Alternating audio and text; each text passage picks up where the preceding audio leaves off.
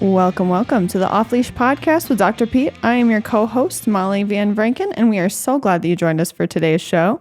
Remember, we are never here to say what you want us to say. We're always here to be an advocate for your pet. Then I go home and say what people want me to say when I go home. To your wife? Yeah. I'm not going to do it here today, but I'll do it when I get home. That's right. Just because I want to have dinner tonight. Why? Have you pissed her off? She doesn't make you dinner? Multiple nights in a row, man. Oh. All you have to do is call her by her mother's name. That usually does it. You about 2 weeks of no food. Rice Krispies or bran or Raisin Bran, something like that. Yep. Honey Nut Cheerios. Well, let's try to avoid that, shall we? Yeah, go through milk like it's nobody's business. On this, you can say what people don't want you to say.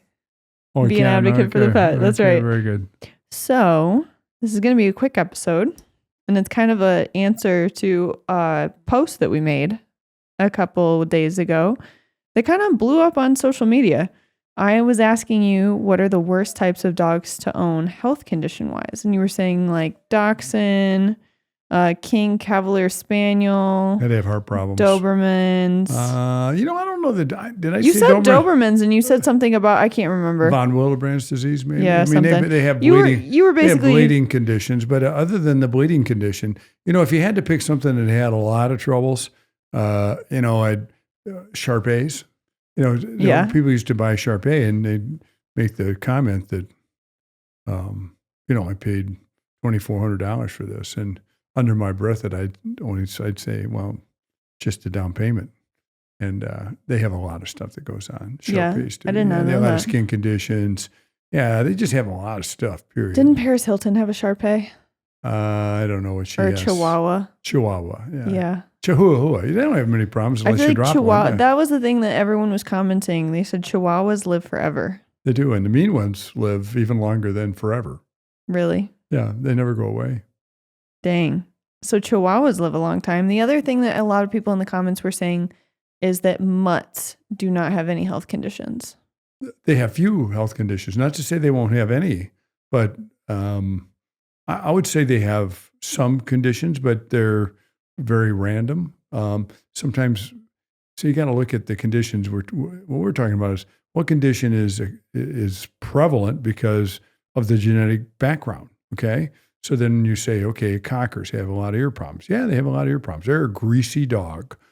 They have a lot of sebaceous glands. They have a lot of struminous glands. Those are the wax-producing glands in the ear. So since they have so much of all of those things, they produce a lot of sebum or a lot of struminous fluid. So they're probably more prone to getting yeast infections because they're sort of it can be almost a walking stick of butter sometimes if you get the really greasy ones. And so, when they have a lot of things like that, so you do have a lot of ear problems.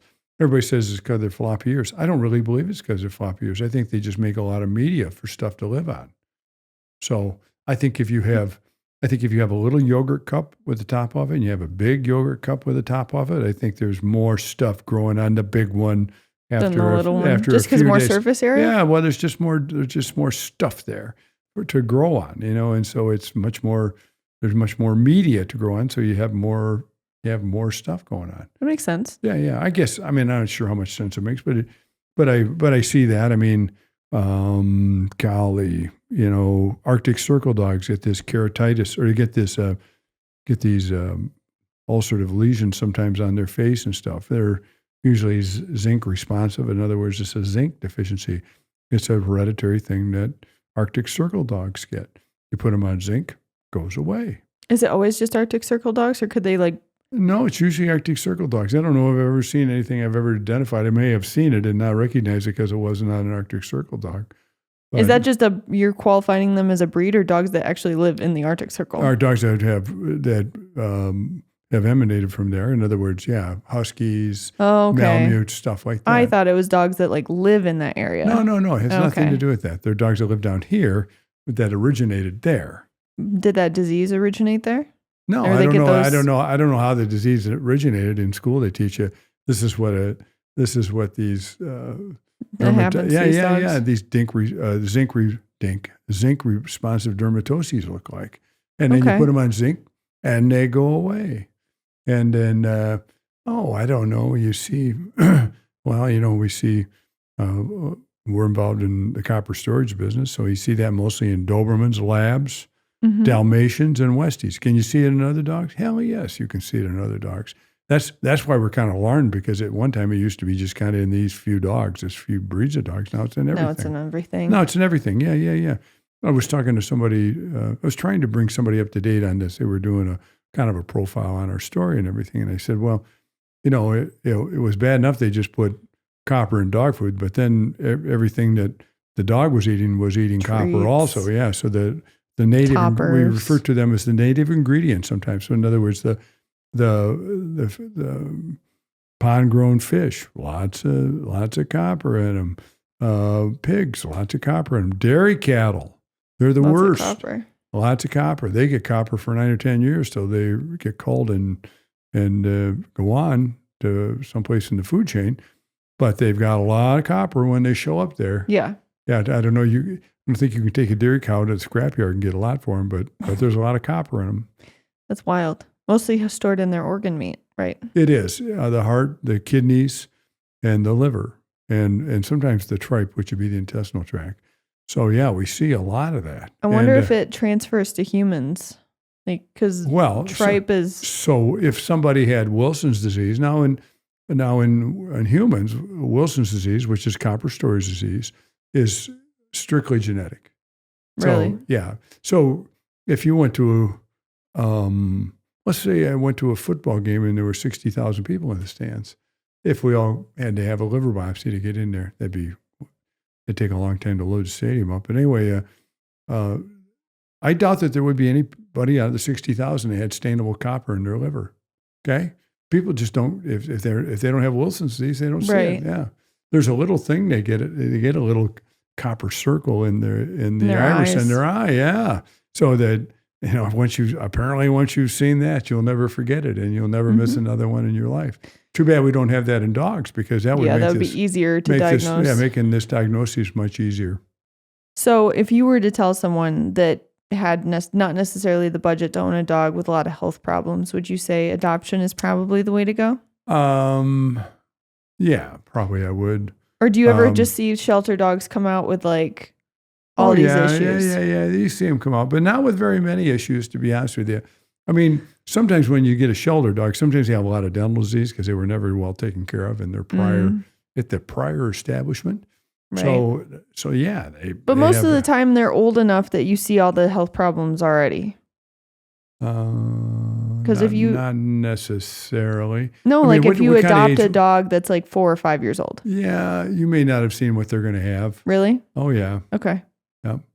Because they're in a different environment and they're on a different plane of nutrition, et cetera, et cetera, et cetera. Everything's different in them now. And, we don't know whether they look all right. Are they going to be flea allergic? I don't know. They could be. I mean, you got to get them out and go get them some fleas someday and see whether they itch or not. Or whether they're, you get a dog in the winter, are they going to be allergic to tree pollen? Well, I don't know. You'd have to adopt them, drive them down to Texas and see whether they're allergic to tree pollen or not. Yeah. I'm going to read some of the comments on this post. I just thought it was so interesting that none of them refer to me as being an idiot, do they? Or do they? No. Good. I think that everyone pretty much agreed with everything. They were just it was just a free-for-all in the comments about... Well, here's the thing you got to remember. I think that people need to take into account this, is that when you adopt a dog, lots of times you're emotionally attached to some dog based on a 5-minute exposure or 15-minute exposure. They put you in a room with them, let them play with you and all that sort of stuff. I'm not going to walk out of here without taking this dog. Well, there's certain dogs you probably should walk out. And you really don't know what they are like when you get them home. You get them home, all of a sudden they have separation anxiety. Well, I didn't know they had that. Well, no, they didn't have separation anxiety because they didn't have a place to be separated from. Now, because there was always a ton of dogs and a ton of people at the shelter. There are always other dogs and everything. Now they're at home by themselves. Now they become destructive because they have separation anxiety. So the more places you've lived in, the more likely you are to have anxieties.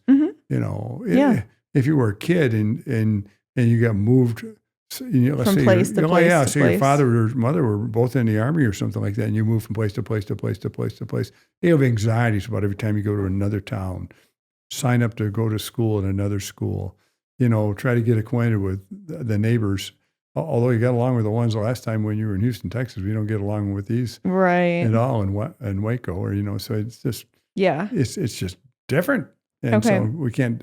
These are not predictive. No. Someone's asking about papillons, Yeah, if they have issues. they're just frail, and listen, they're a little white dog, a Oh, yeah. little white dog, and Crusty white dog. well, not And they get older. well, maybe they can be frail, to say the least. But don't they live forever? Little white dogs, and so here's what you do with little white dogs: you vaccinate little white dogs so they don't get diseases that all dogs get. The problem is if you're going to give them Lyme or lepto or those sorts of things, which you may do, you have to be careful. And yeah, at our place we have I've ever talked about this, about what we do, what dogs we give Benadryl to before we vaccinate them. If they're getting a Bactrim, if it's a little white dog, I always give them Benadryl. A dachshund? Dachshunds always get Benadryl before they get anything like a lepto or Lyme or anything. Why? Because they're fairly reactive to vaccines. If you have Jade is reactive. Yeah. Now that I think about it. And if you have a little dog under 10 pounds, the smaller they are, the more likely they have a reaction. They get Benadryl. Little white dogs, Benadryl. Dachshunds, Benadryl. What's the other one I do? Dachshunds. And any little dog with his nose pushed in, less than 20 pounds. So like Pug. a pug, Boston Bulldog. I don't know if they're under 20 pounds, but. Yeah. So you just vaccinate those dogs. And so you give them Benadryl when you vaccinate them, especially if you're going to give a couple of vaccines at the same time. Right. If you're going to give them a vaccine now, 10 days, another one, 10 days, another one, 10 days, another one, probably not as important. However, there's nothing worse in the world for a veterinarian to do than give a healthy dog a vaccine and have them unhealthy because they got the vaccine. Mm-hmm. Okay. But, and I know what everybody's going to say, well, maybe we shouldn't be vaccinating all these dogs and stuff. Yeah, we should be vaccinating them. Otherwise, we end up with a disease. Nature is where you get the disease. Veterinary medicine is where you cure the disease. Well, we got rid of distemper by vaccinating for. We got rid of rabies by vaccinating for. We got rid of parvo by vaccinating for. We don't see very much parvo anymore. That's surprising. A little bit, but not much. We used to see, wouldn't be uncommon sometimes to have 3 or 4 dogs on IVs down there all at the same time. I remember when I was 16, I worked there, and there was always a dog that had parvo. Yeah, boy, they're sick, aren't they? Yeah. You know what they're doing with those now? And I've done a few of these where we do, when they come in, they're really sick and they got diarrhea really bad, and we give them fecal transplants. Yeah, you told me about that. All that bacteria gets hoisted out the rear end, and that GI tract's like a wasteland after you've had diarrhea for that period of time. So you repopulate it with, if you take a healthy dog and take stool, and then you mix it up and then run it through a cheesecloth or a gauze or something like that, and then you take a feeding tube and put it back in there. I'm making this sound pretty simple. Some of the referral places are going to go, that's not the way to do that. You need to check them for all these things and stuff. Well, not in my world. but maybe you do. If you're trying to get somebody told me they get $1,400 or $1,500 for doing a fecal transplantation. Jeez. I know that's way, way more expensive than it ought to be, in my estimation. Yeah, it's my estimation. No, that makes sense. Yeah, but and they had data, and they said, well, these parvo dogs were here 2 days less than other dogs were there. So for a fairly inexpensive treatment, you can shorten the stay up by 2 days, according to the data that they've collected. And we always, as a rule, generally, veterinarians follow the data.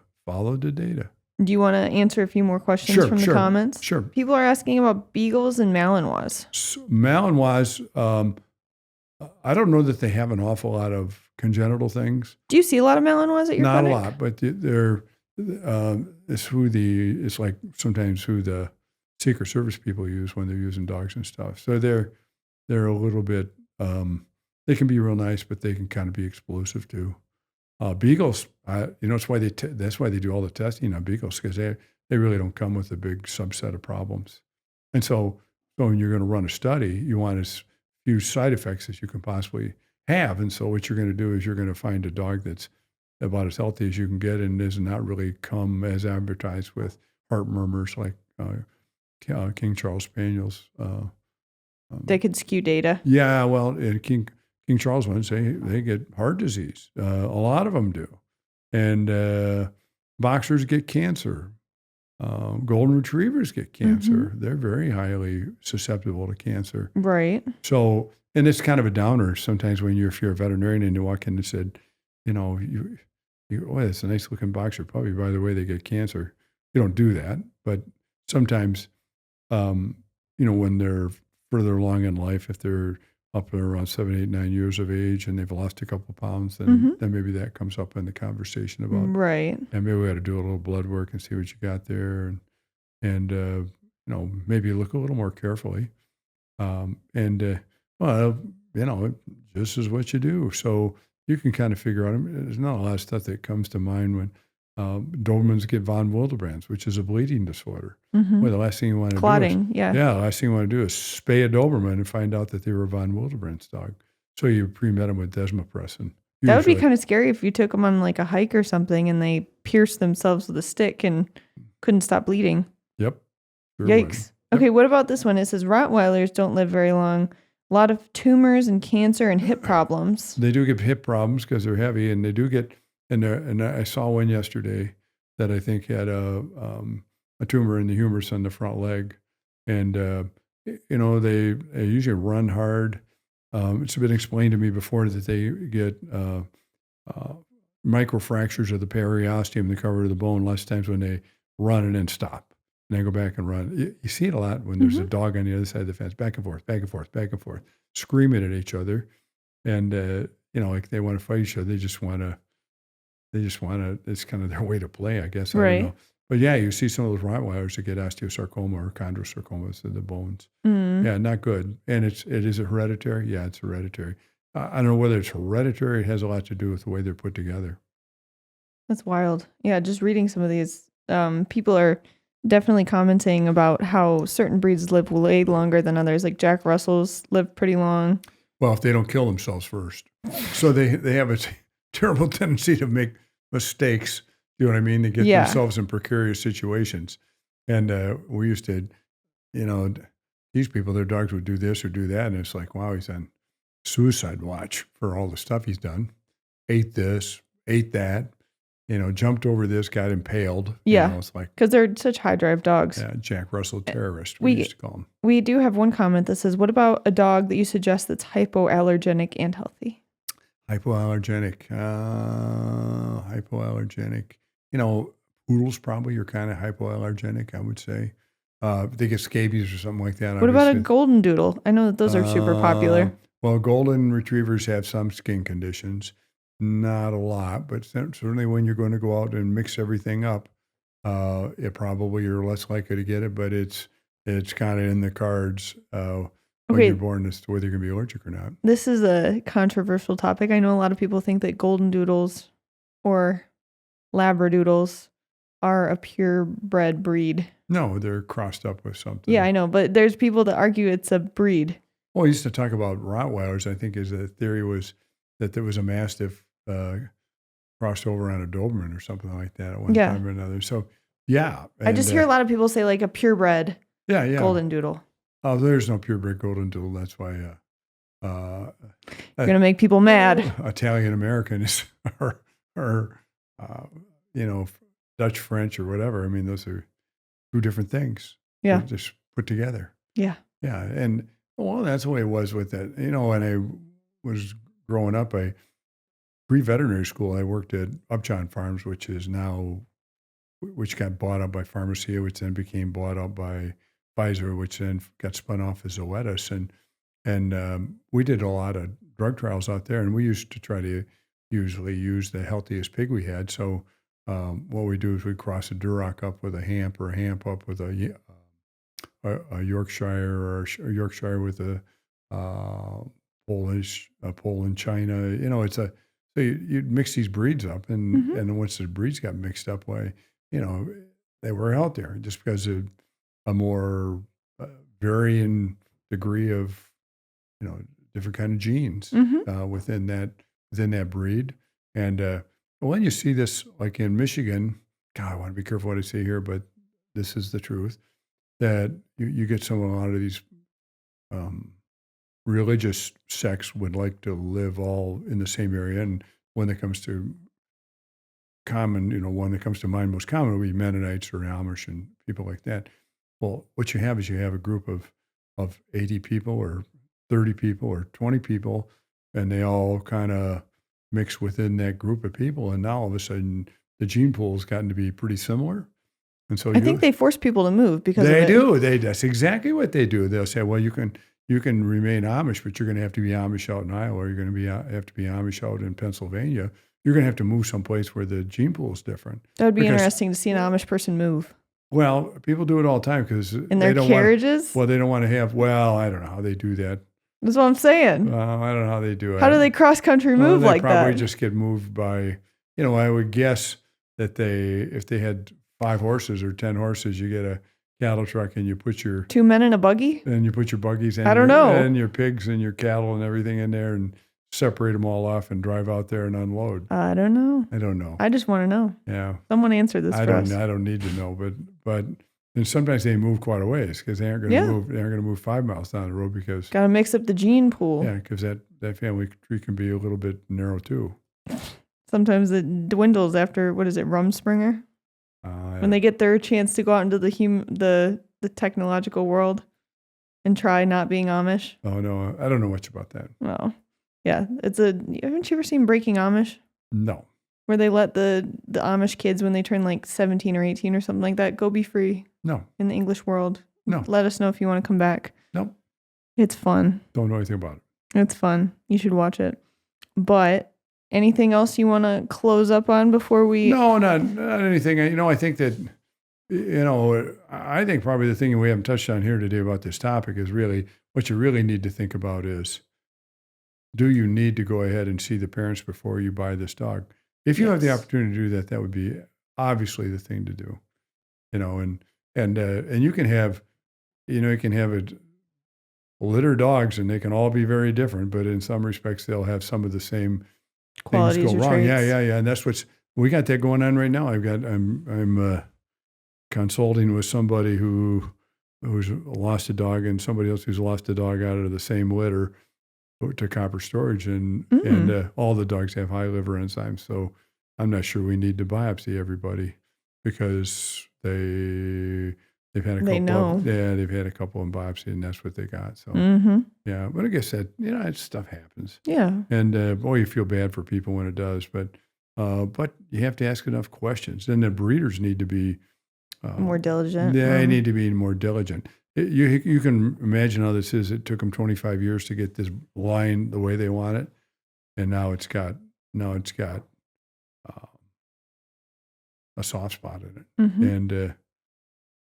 And what are you going to do? I guess you start all over again. It's what you do. Breed better. Yeah, well, you just can't do that. Smarter. It isn't like you can breed that out unless you want to take that dog, that Labrador, and breed him with the German Shorthair Pointer. And that's not what they want to do. They have no intentions of doing that. And always the problem with this is they kind of defend what's going on until they realize how screwed up this is and how much this is hurting their breed line, and really how much it's hurting the families who have adopted their dogs before.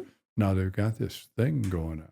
Right. Got this thing going on. And you're more likely to buy a dog again from someone if you have a healthy dog throughout its lifetime. That's exactly where you want it. If you like that dog, you really like that dog, you go back to where you got that first one and get another one. And that's kind of what happened here. These dogs were dying from liver disease, and they didn't really know what liver disease was. It was making it all a different deal. Exactly. You ready to wrap this up? I am. All right. Thank you guys for listening along with us today. We hope that we've been able to share some information that will help you love your animals as much as they love you. Don't forget, always treat the treatable, prevent the preventable, and we will catch you on the next one.